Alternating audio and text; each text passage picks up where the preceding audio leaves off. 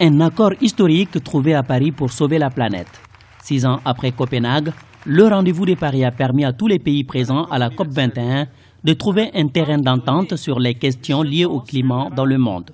L'accord entérine l'ambitieux engagement de contenir le réchauffement climatique bien en deçà des 2 degrés Celsius.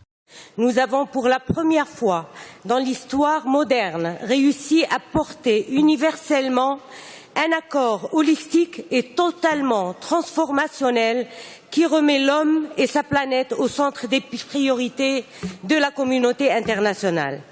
Monsieur le Président, il n'y a pas de gagnant dans cet accord, mais il n'y a pas de perdant non plus.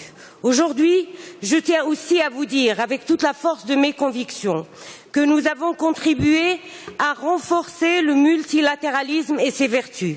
Cela semblait impossible, nous y avons cru et nous l'avons fait. En ce qui concerne l'aide climat, elle doit atteindre les 100 milliards de dollars par an en 2020 et devra être revue à la hausse. Il s'agit là de l'une des plus grandes exigences du continent africain à la conférence des parties. La mise en œuvre de l'accord de Paris va être la mesure de notre succès. Nous pensons que cela ne va pas être facile, donc travaillons tous ensemble dans un esprit de coopération internationale en vue de la pleine application de l'accord de Paris.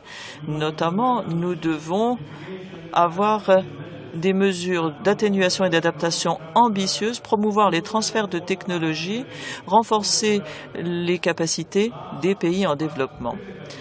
Il y a une autre chose très importante. Nous exhortons les pays développés de répondre à leurs promesses et de fournir les financements promis aux pays en développement de façon à ce que ces derniers puissent procéder à la mise en œuvre de l'accord.